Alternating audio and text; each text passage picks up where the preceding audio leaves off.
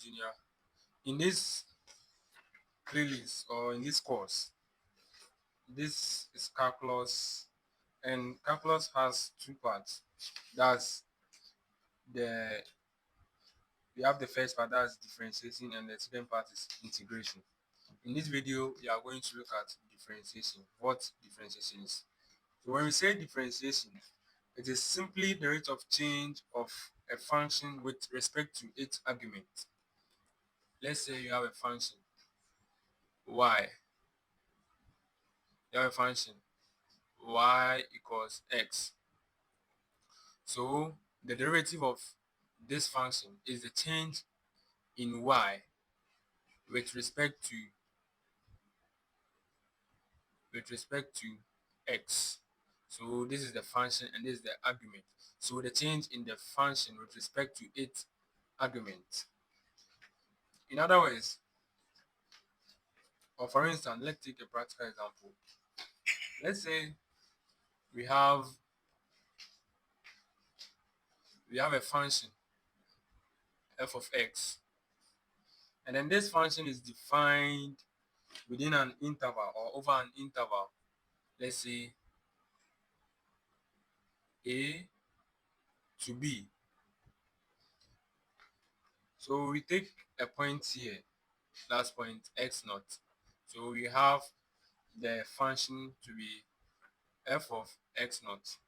All right. So we have another point here. Let's say point x1.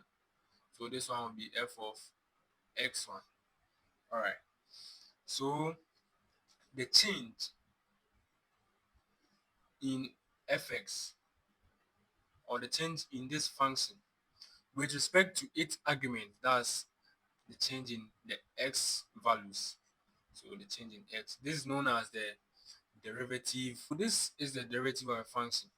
So from our interval, we can say that the change in fx is, that's the final value minus the initial value. So we can say f of x1 minus f of x naught, all divided by, what's the change in x? That's x1 minus x naught. All right. But we can see that x1, or we can say x1 is equal to x naught plus change in x. So this is x naught. So let's take this interval as change in x. So if you want x1, it's simply the value of x naught, then you add this change. So x1 is equal to x naught plus the change in x.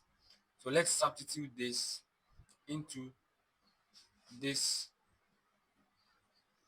expression. So we now have our change in fx over change in x to be, wherever you see x1, you replace by x naught plus change in x. So we have f into bracket s naught plus change in x, then minus f of s naught, all divided by, so x1 here replaced by the same thing. So we have x naught plus change in x minus x naught. So obviously this one can take this one out. So we are now going to have it as f into bracket s naught plus change in x minus f of x naught all over change in x. All right. So this is the expression for a derivative of a function, or the derivative of a function can be given as this. But then looking at this, they are all approximations. They are all approximations. So what do? We introduce a limit. What is limit? So limit is saying the change in x, as change in x approaches 0. So this makes the derivative an exact one.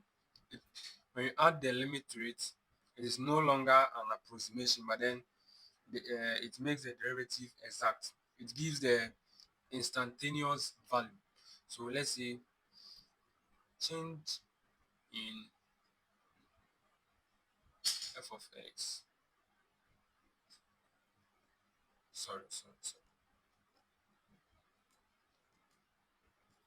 So let's say change in f of x all over change in x is equal to the limit as change in x approaches 0. This is to just make our derivative exact. So f of x naught plus change in x minus f of x naught all over change in x. Alright, so this is the expression for the derivative of a given function.